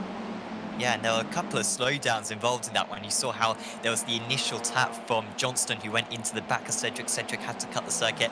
Johnston was very courteous, as he ought to have been, to be fair, because he initiated the tap. Slowed right up, and Simpson managed to get right into play. Then Simpson hit the back of Johnston, which I was adamant that Johnston was going to miss the corner, just about made it. And Sedgwick kind of holding them all up at the same time as well. He's starting to pull away now. This should be Jack's win pretty comfortably from here. We know how quick a driver he is. Simpson might be able to match him. I doubt he's going to be able to overhaul that he has so far, been losing a bit of time. Further behind them, Oscar Mangan bats with Adrian Campbell. I think this is for 6th place at the moment for Mangan, just trying to move up. He gets down the inside, and that was good for him there, Campfield. And Simmons just behind that. Suridovic getting past his teammate, and Simmons might lose out to Marcel Fritsch as well, who's so impressive qualifying, very high up position in the early stages of qualifying was Fritsch, and he is once again going to be scoring some good points for that amateur championship at the moment. Mangan getting past Kidsley as well, it seems. Campfield tries to take a bunch of this, really goes into the back of the core motorsports driver ahead, and it will be Kisley just about stays ahead. There's barely a paper width between the pair of them, and Suridovic, he will try to gain advantage on this. Contact between the two of them, and Suridovic easily passes, and also passes will be Jason Cooper as well. Nice move from the pair of them, the old-timers beating the newer drivers. In the P6, and got to say, looking very impressive. Has actually moved up 13 places since the start of the race, and is indeed doing extremely well. As you can see there's a more cluster of cars there in behind. We've got a four-way dance here on the outside. A Swift Cooper car is challenging the Craig A. Williams. You can now see number 16 as they make their way around the next corner now. It's number 62, sorry, and that indeed, I believe, was Adam Hadfield, who's actually making moves around. 31 places he's amassed to his name, and indeed making his way around in P13. Benjamin Gregory now in P15 after an intense battle here with Johansson as they come round towards the next right-hander, and indeed it rages onwards. As you can see, Craig Williams now trying his best to try and whittle away from McFarlane, who's literally only 0.2 of a second away from him. It is absolute carnage here with 3 laps left to go, and we love to see it. Let's watch it rage on. And into the pits goes Craig Williams. Oh, a lot of cars into the pits. Now this will be because they've picked up many incident points, and as a result they've got to come into the pit lane almost certainly. I think that's the reason. And if they don't, then they're going to end up getting post-race penalties. So into the pits comes Kidsley, into the pits comes Williams, Campfield's also joining them as well. The incident limit in this series is 15. After that you get a penalty, I believe. So that is what's happened there. As here is Mark Johnston then in P3. He is clinging on to a podium here, and he is the highest Pro-Am driver in the field by just a little bit, because Fritsch and Neidhart are the next highest after that. They're down in P9 and P10, and he's just now got to hold on for 2.5 more laps, and then he will be able to clinch a little bit of silverware and a little bit of the bubbly as well. But will Simon Trendle try and put a stop to that? Into the chicane we go. Through the right, over the left, taking a bit of curve on the inside there. Not as much as what we've seen a few of the drivers do tonight. But Johnston doing a good defensive drive at the moment. We saw that with Jack Sedgwick earlier on when he was trying to hold on to the lead. And Alex Simpson, though, he just got by with sheer force. Johnston now in P3, trying to make sure that he can keep it that way. When we get to the line, we're going to be starting the penultimate lap. And look who's coming in the background there, Sam, as well. We've got Oscar Mangan, who was up in the top 10 in race 1. He might just be able to gate crash the party with 2 laps to go now. Yeah, it's looking good for the Jazz, chasing them down. So a couple of more laps to go for these drivers. Hadfield is up into 10th place. He is up 34 places, which will be one of the best of the championship, I'm sure. Hadfield, who of course retired with an engine blow up from, I believe, 9th place in race 1, and then didn't finish race 1 in the end. And he's been able to make his way all the way up into 10th place, so Hadfield with a lot of pace. A little bit of a shame that he's kind of lost so many points today, and he will be hoping that this will be one of his drop scores. Of course, the Jazz do get a drop score if you miss one of the meetings, or if you have a particularly bad result, your worst square meeting is dropped. Anderson getting past Gregory, or maybe that's those two just bouncing away with one another. They should also be pretty equal to one another. Anderson round the outside, trying to take advantage of this, is Jason Staney, I believe, just behind, trying to get a run, but the track's not wide enough down into the chicane. And the Gregory car goes around the outside, almost ignoring. In fact, that was Anderson around the outside, almost ignoring that Gregory was on the inside. I think there was a bit of contact between the two of them, but he still managed to get past 14th place. 27 places, remember, is the reverse grid. So at the moment, Rob Sutherland would be reverse grid pole, which he will be desperate to hold on to. However, he's got Austin Foster and Adam Hedgecock right on his tail. Coming round to start the final lap then, and Johnston, is his time up in terms of trying to keep this podium? Not if he has anything to say about it. Into the chicane, parking the car on the left-hand apex, and managing to get it over to the right as well. Mangan and Wojciech Savidovic have now both arrived on the scene. White flag is in the air now, and cutting to the outside goes Simon Trendell. Team Chimera hoping to pick up some silverware. He's going to go round the outside of the first corner. This is what Jack Sedgwick did. Johnston's going to force him off the track. He says, no way you're getting through though. I want to make sure that I get this podium. And he's now back ahead. Now it's going to be interesting to see what Trendell does in response. But I don't think he's going to have any time to do that, George, because look, he's arriving on the scene. It's Wojciech Savidovic, the 6-time champion. He's up the inside into turn 3. But I think the Team Chimera car's just going to hold on for now. Yes, I've got to say, Wojciech looking very menacing indeed. You can just see Trendell, who after getting a bit of a tank slapper there off Mark Johnston, who's currently still occupying that P3 spot. And after everything he's been through here today, Mark Johnston, he must think that he at least deserves P3. But I got to question what you deserve and what you get in two different things. As on the outside comes Simon Trendell down the inside of the chicane. And he, oh my word, Mark Johnston, just before the chicane gets sent into the wall, left spinning on the grass. And he's now going to re-enter the track. Heartbreaking here for Mark Johnston. Ever so promising earlier on in the race, and gets booted down to P10. It has not been a good day at the office for Mark Johnston.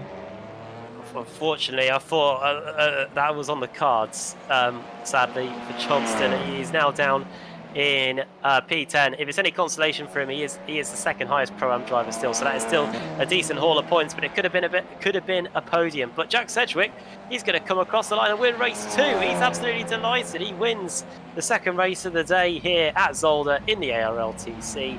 Alex Simpson comes home in second, and it is going to be a podium for Simon Trendell and Team Chimera. Wojciech Savidovic comes home in 4th, Jason Cooper 5th, 6th for George Simmons. Between them, I'm just trying to do the maths of how many overtakes they did. 20, 15, 35, 40, 50, 57 overtakes between Wojciech, Cooper and Simmons. And then if you add Simon Trendell into the equation, that is 74, I believe. So plenty of overtakes. Oh no, contact Scott Malcolm into the side of Craig Williams. Well, Craig has been in the thick of it today, unfortunately, and that's just going to be the latest setback for him. Scott Malcolm comes across the line in P28. That means he will be not on pole position for the final race of the day. That honour is going to go to Rob Sutherland, who finished in P27, Sam. Yeah, so that was a big change right at the end for Malcolm and Williams. So Malcolm just misses out, and yes, Sutherland does end up in that 27th place. Was overtaken by Hedgecock in the later stage, I think Davies as well. But ends up with that reverse grid pole. So he'll be delighted with that one. But a great job from Jack Cedric. Got a little bit tight in the middle there when he was getting held up for lap after lap behind Johnston. But eventually, he managed to get past, and once he was in the lead, there was no stopping him. So after a disappointing race one, of course, with that pit lane start, really the points that he needed to get back on track tonight. And what an impressive battle indeed between the likes of certainly Mark Johnston going through the race. Unfortunately, he had to come a cropper towards the end, but Jack Cedric is your race winner and takes it with a plume there. Alex Simpson there in P2 for the Apex Racing team, doing well there today. That amazing fight back was phenomenal. Simon Trendle P3, Wojciech in P4, Jason Cooper P5, George Simmons P6, Marcel Fritsch in P7, Oscar Mangan P8, Adam Hadfield P9, Mark Johnston P10, Darius Neidhart P11, Philip Johansson there in P12, Ross McFarlane in P13, Mats Borg there in P14, Benjamin Gregory in P15, Jason Sterney in P16, Michael Edvoka is there as well, just looking further down in P17, Damian Harris in P18, Norbert Leitner in P19, David Baker in P20, Marius Brewer P21, Ricard Carlson in P22, Ross Balfour in P23, John Roberts in P24, Adam Hedgecock P25, Nathan Davis P26, Rob Sutherland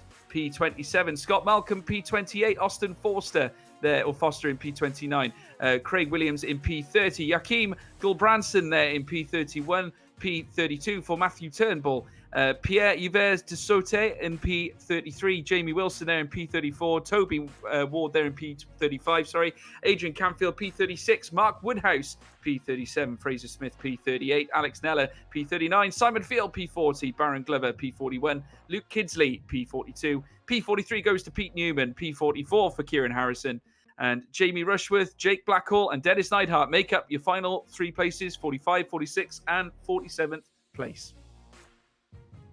Nice work, George. Boom. That's worth a mic drop. Yeah, and speaking of that, we are going to drop the mic for just a wee while, as we're going to go for a quick break here and get ourselves mentally prepared, I'd say, for the third and final race of the day. We've got 27 cars reversed, and if the action we've had so far tonight is anything to go by, I think we could be in for another classic here at Zolder. So join us after the break here on the iRacing Esports Network when the Apex Racing League Touring Car Championship continues.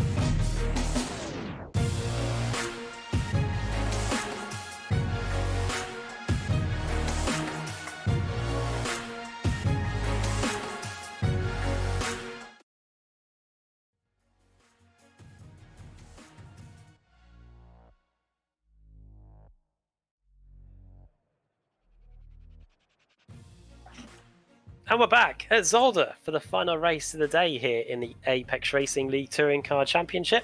And after 2 barnstorming races, I think we're hoping for more of the same here for the final time. We've got 27 cars reversed.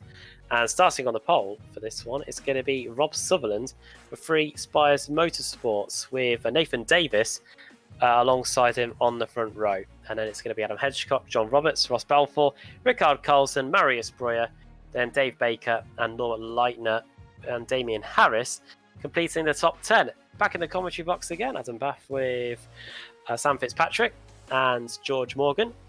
Really enjoying what we've seen so far today. Hope to hear from them in a moment, just in case the gridding process is a minute, and then we won't have time to hear from them, but at least before the start of the race anyway. But the whole grid is in position now, and we should be set to go. Indeed we are. Here we go then.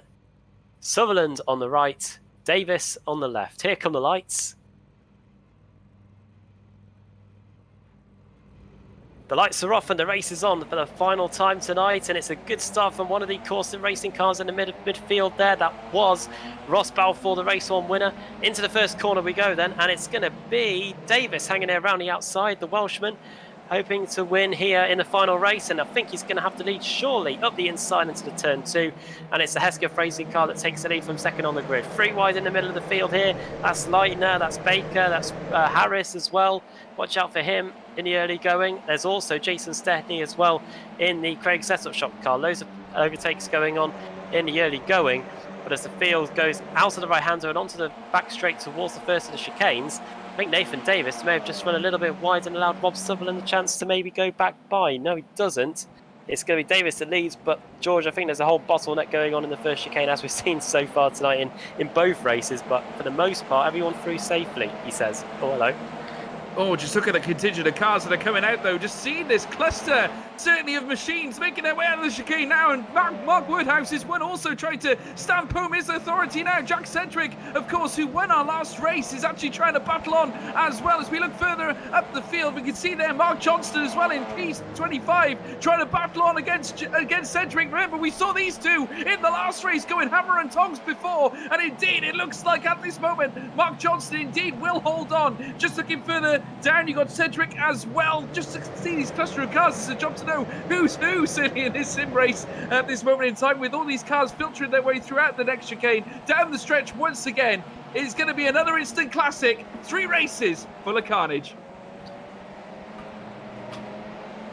Yeah, and at the moment, Davies hanging on to that lead. Balfour with a couple of places gained. Swidovic just trying to make his way up 5 places. Turnbull up 10. We've also got Numa as well, up 12 positions so far, alongside into turn 1. Jason Cooper in 21st. He's going to be done by the Core Motorsports driver just around his outside.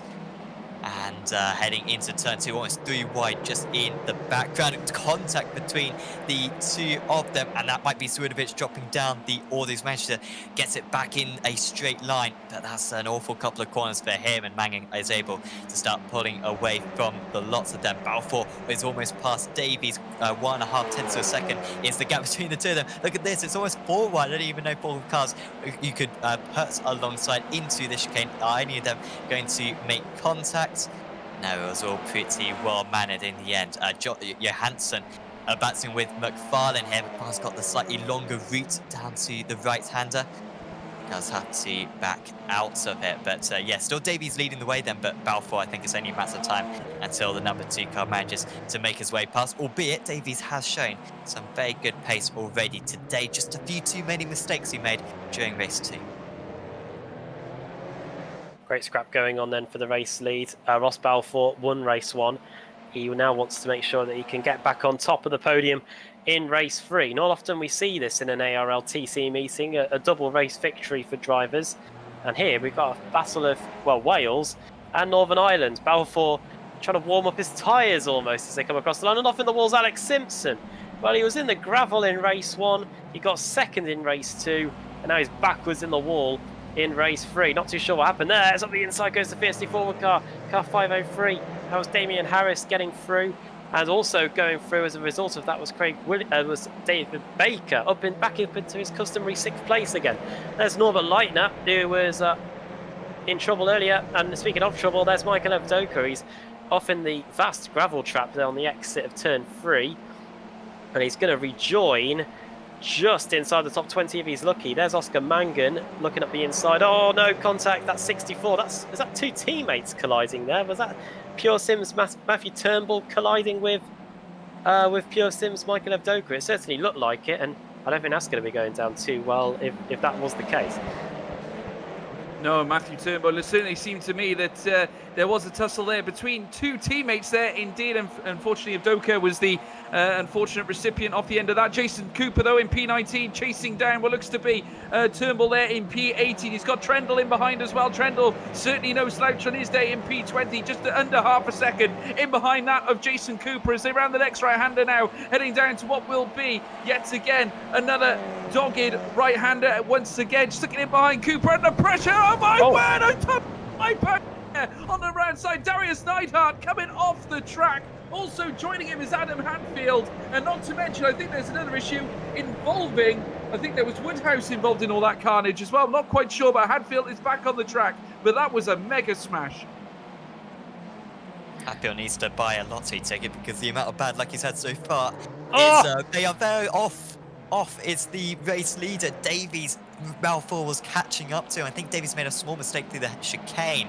Because all of a sudden that gap was nothing, and now Sutherland moves up. Balfour's going to hand back the position. I didn't get a clear view of it, so I'm not even sure if it was Balfour's mistake or not. But he's going to hand back the position. And here comes Roberts as well, who we've barely seen all day. Finally got within the reverse grid in race 2. And now is right at the front in this race 3, and he's managed to move up into third position. So Balfour, who looks to have this race win all but in the bag, but rushed it. It's saying what Cedric did very well in the last race was just take his time in terms of taking the lead against a slower opponent. That time, maybe Balfour was a bit too quick to go for it on the start of this lap 4. And he's lost out because of it. Down to 4th place. Sutherland leads, Davies 2nd, Roberts 3rd. It's 3 hours in the podium places.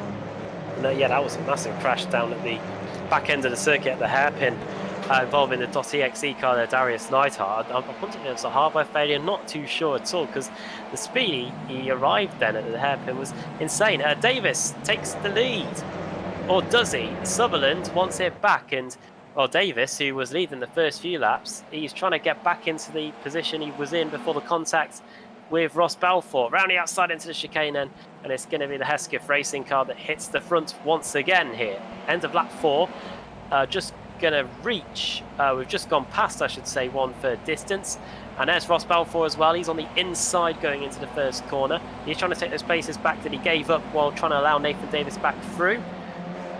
And he's now wheel to wheel with John Roberts. That's sideways as well for Rob Sutherland. Somehow manages to hold on to the slide. Probably corrected it with a foot full of throttle, and right on the outside goes Balfour, and he's back up into P3 again as John Roberts now is going into combat with Damien Harris. And Balfour is not wasting any time, is he, George? I think he's trying to take 2nd place. Been very impressive indeed. He's literally just under 0.3 of a second, and he's cruising at the moment on Rob Sutherland, who's under increasing pressure. So wait, is Davis? Is he off? He is off. I believe he must be. I'm just looking on my screens. I think at the moment, yeah, he was. But according to my gap, he's maintained a reasonable gap to hold on to that P1 spot. The interval at this moment in time is currently around about. They're level-headed now, I believe, looking round as they come around this next right-hander. I'm just looking now, Sutherland is still in P2. Davis still holding on. A second separates them on the interval. So it must have been for just a brief split second. Ross Balfour in P3, currently 0.3 of a second. He's managed to cruise right up on Sutherland. The pace of Ross Balfour has been really impressive here midway through this race. Certainly, we're not even at the halfway point, so now we've still got another couple of laps to go. And indeed, the Welshman Davis leading the contingent. Sutherland under pressure. Ross Balfour, the Mega Man, he's coming into the top end of this race.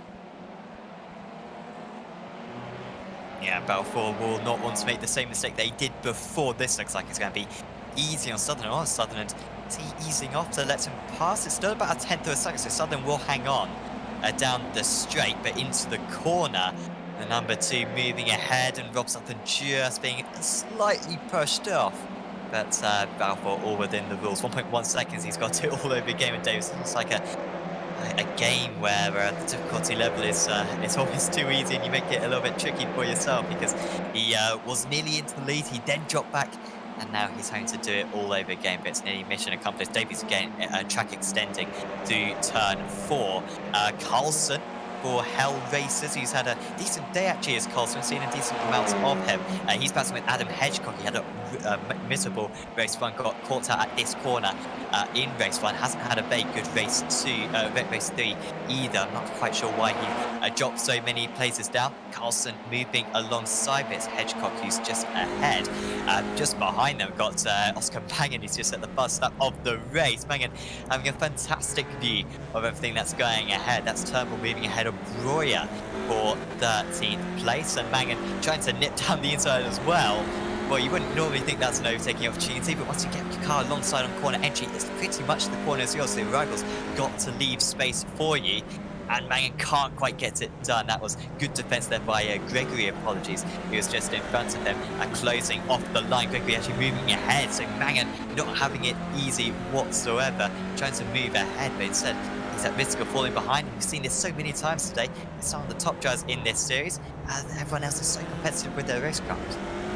Yeah, just looking now, Ross Balfour now literally just over 3/10. Ross Balfour, I think, has taken the lead here of this race. Nathan Davis has had to drop down to P2. Just look at him there. Ross Balfour, obviously the race 1 winner, is now on top once again, this time here in race 3. He makes his way around the next right-hander. The Irishman has that of Davis, who is now down in P2. Sutherland back in P3, literally a gap of 0.8 of a second to Nathan Davis, who is now in P2, and Ross Balfour is careering away, has already put half a second there on the Welshman of Nathan Davis. John Roberts currently 3.5 of a second in behind Rob Sutherland. It has been impressive here today from Ross Balfour. He is now in the top end, P1 for the Core Sim Racing team. And this time he was able to get it done the clean way. And that was a fantastic job by Ross Balfour. He was down in the lower reaches of the top 5 after giving the place back, which was the sportsman thing to do in the end. And he was able to fight his way back through the field, managed to get up into 2nd place. And at the start of lap 7, he was able to take the lead away from Nathan Davis. And he's now back at the front again, just like he was in race 1. Will he be able to hold on to it and take a 2nd win of the day? Up the inside there goes Damien Harris for fiercely forward, trying to take 4th spot off John Roberts. Roberts having one of his best races of the season so far, and he's hoping to keep it that way, because as you can see, there are quite a few Pro-Am drivers in the top 10. Davis in 2nd, and it's Sutherland in 3rd and Roberts in 4th. All 3 of those drivers in the Pro-Am category with the blue windscreen strip atop the car. Here is Dave Baker then in 6th place. Obviously, we do like seeing Baker in 6th because it keeps that trend going, but the points are further up the field, and this is where he's trying to get to. He's got Damien Harris just in front of him, and he's looking good here. He lapped fractionally quicker than the fiercely forward car on that last lap, and Sam, I think he could fancy his chances on this lap, as just in front of them, John Roberts is eyeing up a potential podium here as he goes up the inside of Rob Sutherland into turn 4. Yeah, I think he's been able to get ahead. Has he made that move stick? No, they're still alongside. Roberts should have the better line, but he's got worse straight line speed. That's Hedgecock, I think, miles off the circuit, just in the contact between the two. Then that may have been Necker. I think it was probably proper from 2 guys based in the UK, and Sutherland has to reverse back. Could be a penalty for that. Baker gains a couple of places from that up into 4th position now is Dave Baker. Of course, this batsing is fantastic. I'm sure the question on everyone's lips is, what is Staney's flag? I've been thinking about this for all night long. It's Uganda. So Staney from Uganda, and that is the flag on the screen. And we can pretty much stop the broadcast now, because that's everything that we needed to know. Yeah, Andrew Woodhouse is more glued up on his flags. Is up the inside. There goes Norman Leitner, and he's through George and up into P5. That was a full send, I think, up the inside there, and he's up the inside into P5. Going large here in race 3 and certainly doing his utmost, I gotta say. But Roberts there now as they make their way through the chicane. You can see there Stearney now. Obviously, we were discussing flags before. Can he flag his way up into P6? Here's Stearney as he makes his way down the stretch. Roberts there. Don't forget Leitner as well. Norman Leitner, who we're currently viewing here on screen, making our way around the next left-hander. And indeed, look how These three are literally rubbing each other through the next left-hander. And on the outset now, you can just see them cruising up. We've got a battle in behind as well. What looks to be Carlson, I think, and McFarlane, who cruises through into P8. A great move, smoothly does it. And I've got to say, he'd be very impressed with that as he makes his way around. But don't count out Carlson. He'll be back again, I'm sure. Rickard Carlson has been very impressive here today and seen certainly a lot of TV time. And as I say that, commentator's courtesy just trundles on to the grass. Drama here in lap 9, but I'm sure there's more to come. Yeah, I think that's just turning into a pretty standard racing line, isn't it? Oh, that's very close through for chicane. Rickard Carlson for Hell Racers. He's having one of their best. Oh, off into the wall. It's Mads Morgan Anderson. Just as the Swedes were doing well, it's now the Norwegian that's in the tyre barrier, and that looks like the end of his afternoon as there's a whole lot of cars going into the second chicane now. That is car 63, George Simmons, car 84, Jet Savinovich, Simon Trendell for Team Chimera, who finished on the podium in race 2, also in the mix as well, through one of the fastest corners on the circuit here at the back end of the circuit. Now going towards the hairpin. Is Simmons going to fancy his chances at the inside of the Team Chimera car? He looks up the inside, but Chimera's Simon Trendell is late enough on the brakes so that he's able to swoop round and take the racing line and just about stay ahead. We are on lap 9 of 13, so just around 3/4 distance here in the final race of the day in round 5, the Apex Racing E-Touring Car Championship at Zolder. And here is Jack Sedgwick, who did very well in race 2. And into the pits comes Greg Williams, and that's not for the first time today. Unfortunately, I wonder if he's picked up if he's amassed another incident limit, which is going to be a shame for him. In through the pit lane, is it just a drive-through penalty, Sam, for these guys, or is it a stop and go? Should just be a drive-through penalty, automated by the iRacing system, and that is what has happened to Williams. It seems shame for Williams actually, because he had I think he scored some points in race 1. In fact, I think he scored a top 10 in race 1. And then race 2, he was storming through, gained loads of places in the first few laps, but then had a couple of offs. Could have been a reverse grid pole. Didn't happen for him with that late collision with Malcolm as Roberts drifts his way through the chicane. Nice car control there. But he has lost out to McFarlane. Of course, when these drivers get a big slide on, they counter to what you have in other race cars. You put the throttle on and try to straighten up as these cars are front-wheel drive, of course. Meanwhile, Simmons trying to get past Cooper, I believe that is, and also Trendell just in front of them in the Team Chimera machine. They've also got Royer and Evdokka, who's had a little bit of a tricky race. Harrison and Smith as well, rounding out the top 22. And this Team Chimera car just moving ahead into the heaven. That's Roberts off as well, isn't it, George? He was running up in the top 3 at one point, but now his chances of a podium are drifting away here as he's now down to 14. Yeah, he was really promising earlier on P5, but a couple of mistakes have certainly not gone his way, and they have actually sent him further into obscurity down this field, and now down to P14. Not ideal at all, certainly for John Roberts, as we're now watching on screen here as he now tries to tackle what looks to be Gregory, now heading round towards the first left-hander of the circuit. And as indeed, you can just see there the Jericho livery on the inside as he makes his way around now. Roberts, a great switchback, but can he hold on? I got a feeling he's not in the advantageous position, because here comes not only Gregory but Trent looking down the inside of Roberts there on the inside there, but you can see there he's managed to fight back. Gregory also under convincing pressure, and it looks to me that John Roberts is not done just yet as they come round towards what will be the next chicane. And you can see just in behind now Roberts moving in on the outside the corner, but no, Gregory will hang on into the chicane. And I've got to say, Roberts' luck with chicane in the last few laps has not been bright, but he took that one certainly far better. What a fantastic scrap this is, and there's not too long to go. It's lap 11 of 13. When we get to the line, we're going to be starting the penultimate lap of the race, and even though this is not for a spot in the top 10 or a fight for the podium, this is a fight that you could almost think it was worthy of one for the win here, as Roberts and Gregory continue their fight, and Simon Trendell, Jack Sedgwick, George Simmons, all the quick guys from what you'd normally see at the front of race 1, now are trying to get out in and amongst these guys as well, and it's great to see. Hopefully we get to see this next time out in round 6 of the championship, which will be taking place at the Canadian Tire Motorsports Park in a week's time. But for now, we'll focus on the closing stages of this race. Fastest lap of the race for Ross Balfour, the race leader. He is away with this one, 5.6 seconds up the road, as Alex Neller up the inside of Mark Johnston, who we saw fighting for a podium in race 2. But now here he is in race 3 in 28th place, getting passed by the boosted motorsports car. Biggest mover in the field, that is Kieran Harrison. No, it's not, it's Matthew Turnbull, who has gained 24 places and is currently in P8 with 1 and a bit laps to go here. That's how the position gains stand here in the closing stages of the race, as Balfour leads Davis by 6 seconds, and then it's very close in the fight for second place here between Davis and Harris. Over the top of the hill then, it looks like Harris has got the place. Is he going to go back up the inside? This is Baker, sorry. Baker up the inside, throws the Pure Sims car at it, the Pure Sims Esports car, and I think he's just about through. Here comes Norbert Leitner. He's going to go up the inside as well, and it's up into P4, Sam. Ah, George.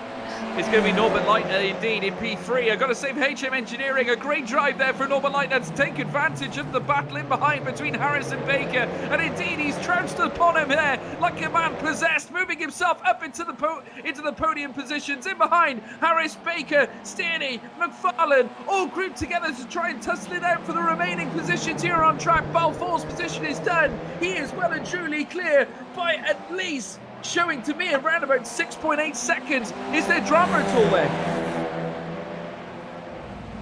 Oh, it's definitely going to be a fight for the final spot on the podium in the closing stages, isn't it? Davis, 3.2 seconds up the road. That should be second place sorted, as long as he doesn't make any mistakes. Ross McFarlane arriving onto the scene now in P7, trying to get by the Craig setup shop car there. Jason Sterney with the Ugandan flag through the right-hand kink at turn 3, now turn 4.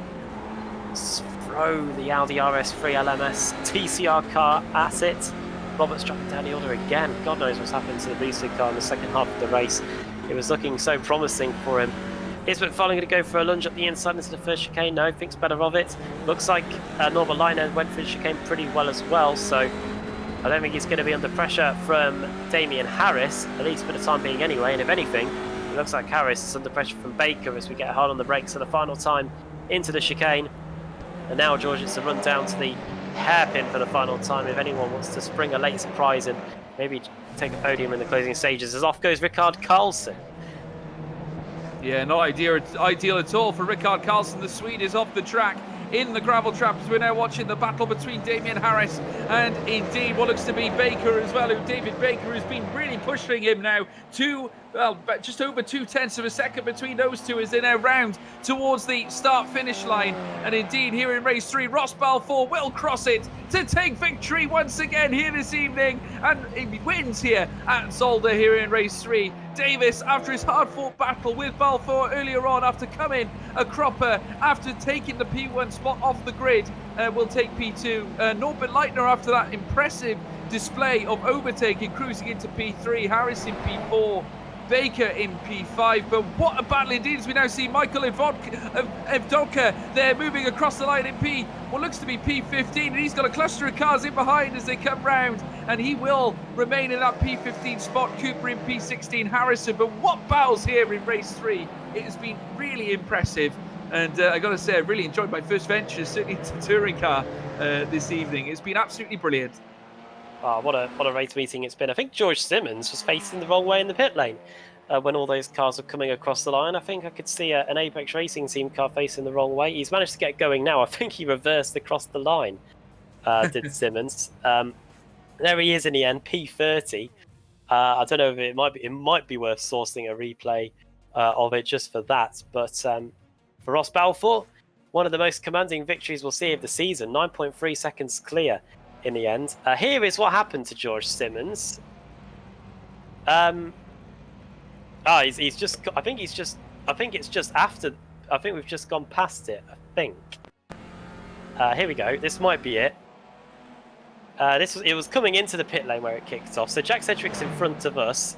Simmons bails for the pits, and then he clips the right-hand curb, and then spins it, and then instead of tries to do a 3-point turn, but instead, I think, in the interest of speed, reverses across the line.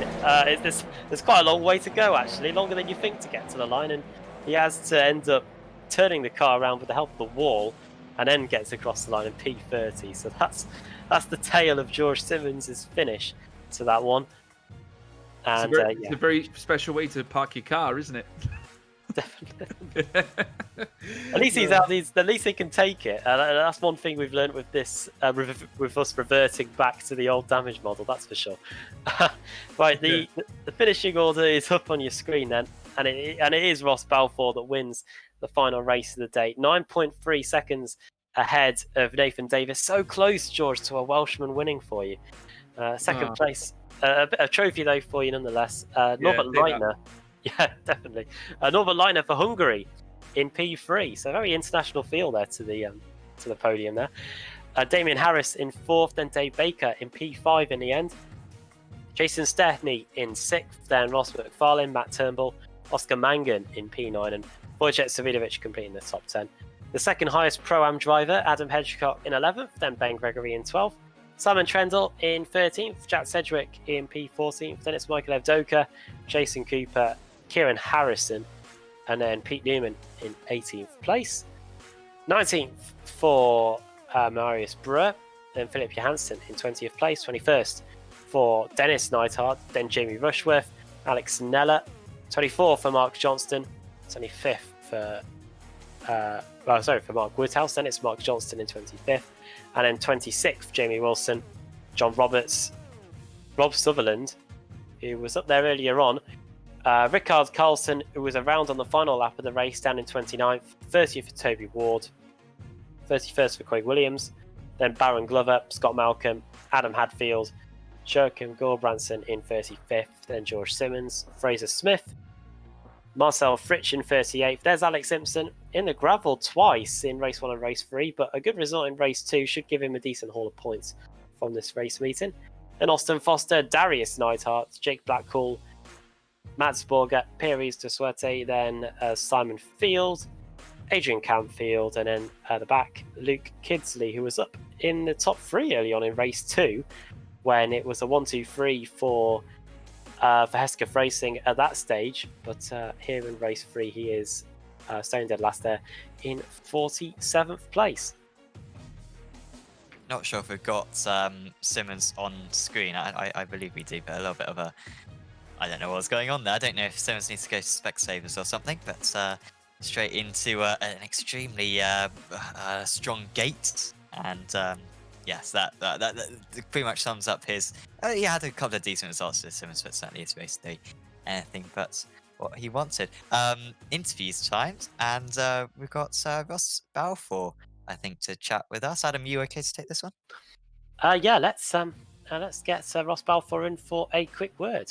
And he joins us now. Well, Ross, welcome to the commentary box, mate.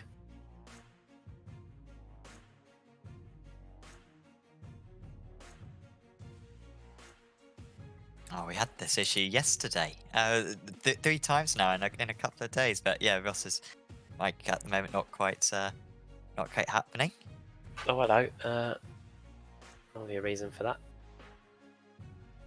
Oh no, mic problems for Ross Balfour. That's a shame. Well, Ross, if you can hear us, well done, mate, on the 2 race victories today. Not often we get to see that in the ARLTC, and yeah, all the best for the rest of the season, especially with Motorsport coming up next week. So, yeah, well done on that. A good drive through the field, and well done on the second time around getting by Nathan Davis as well. It was a good fight between the two of you. So, yeah, all the best, mate.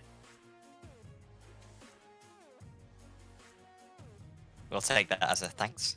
Yeah. I was messaging him at the same time, so that's there we go. Yeah, my ode to Ross Balfour there at the end of the 3rd and final race. Well, we still have a bit of time before we are due off the air, but I think that gives us a bit of time if there are any drivers that want to come and have a quick word to look at the rest of the calendar for the season. We are now at the end of round 5 of 13. A reminder that we don't have a showdown format for this season. We are just a straight out blast all the way to the end of the season. And the next stop for us is next week at the Canadian Tire Motorsports Park, formerly known as Mosport. Then it's the Charlotte Roval, Laguna Seca, Barcelona, Motegi, Monza, Donington for round 12, which I'm especially looking forward to. And the season ends, it does end in Florida, but not at Daytona like it has done in the past. It's going to be ending at Sebring in Florida, host of the Sebring 12 Hours. And that's where the season will come to an end. Plenty of tracks that stand out there. I know that Donington's a track that I'm very well fond of. Sam, what track stands out on that list for you? Maybe the Charlotte Roval, perhaps? Yes, you read my mind. We've had a couple of races there in Apex Racing League and Apex Racing Academy series recently, and it's really good. It's such a I always just say it's a weird circuit. It's quite a nice setting actually for it. Wherever you're looking on the circuit, you've almost got a bit of the circuit straight behind it, so you constantly got half a dozen cars in sight, and that will be a very unique challenge for the drivers. Moss Sports is usually pretty good, some real tight racing out there. I'm expecting quite a bit of contact, particularly near the end of the lap, and also Monza as well, because no first chicane will be pretty manic. I'm not sure if they'll be flat out through Curva Grande. And Sebring as well will be pretty good. We'll have an evening race to finish off the season. We like the night races at Daytona, so we'll have a evening race which will be pretty dark by the end of race 3 when we crown our champion. And of course, 5 meetings complete, we are starting to have a better picture of who's going to be in that championship hunt going into round 13. And George, just a quick word on you as well before we sign off, as it looks like we won't be getting any potential interviews, but those 3 races, I know you've been singing the praises of the guys out on the track today, but what a 3 races, and Ross Balfour, 2 race victories in the end for him, charging through the field in race 3 as well to get up there, plus many stories to reflect on as well. How did you find that race meeting? I got to say, I was watching Ross Balfour before the start of the race, as I alluded to earlier on through the night. His performances tonight have been absolutely exceptional. I've got to say, he looked like a different standard amongst the field, given the fact in race 3 pretty much careered after overtaking Nathan Davis. Of course, the first one was instant proven, which he'd had to return the position. But going through to the second one, he pretty much careered away and showed his immense pace. And I'm sure he'll go on further to once again wow spectators here on Apex Racing TV, and certainly here on the iRacing Esports Network as well. I'm really looking forward to seeing what Ross Balfour has in store for us. But I've got to say, looking at the tracks that are up ahead for us as well, I have to agree with you. Donington is certainly one of my favourites, certainly synonymous with touring car racing of the past. But let's not forget as well, certainly me being an F1 man, I can't not say Monza. That's for sure. Oh, yeah, I can't wait for that either, especially without the first chicane. That's a trademark of this series, I think. Whenever we go to Monza, we never seem to use that first chicane. The flat-out blast down to Curva Grande, that is going to be something to watch out for. But we are just about out of time then here on the iRacing Esports Network, and out of breath, I think, and in urgent need of a drink. So my thanks to Sam Kumo for controlling the cameras, and Sam Fitzpatrick for joining me in the commentary box, and George Morgan as well for joining us along for the ride here in the ARLTC at Zolder. We'll be back this time next week, 8 o'clock British summer time, where we will be getting set to go racing in Canada at Canadian Tire Motorsports Park, former home of the Canadian Grand Prix, and we've seen plenty of great action there over the years as well. So make sure you don't miss it. Make sure to give this video a like and the channel a subscribe as well, and hit the bell icon so you never miss a live stream. But that's your lot from here at Zolder. So for me, from George, from Sam, and from Sam on the cameras as well, in the Apex Racing League Touring Car Championship, bye for now.